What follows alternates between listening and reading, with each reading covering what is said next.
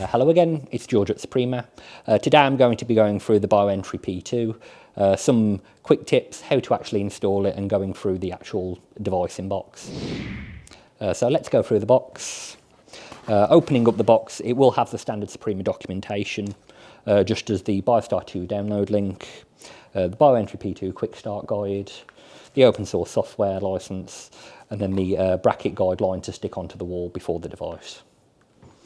So with the actual device itself, it does look very similar to the R2, but there are quite a few more ports on the back of this device, where there will be the power, the RS485, the network, the relay, and the inputs.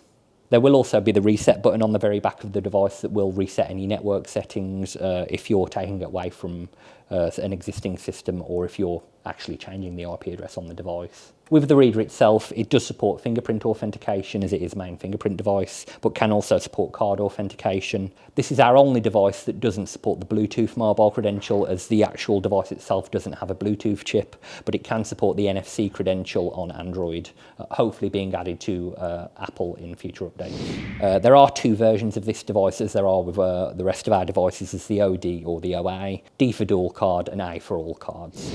So that was some quick info about the BioEntry Plus 2 device and just what was in the box, how to set it up, and some other quick tips. Thanks for watching.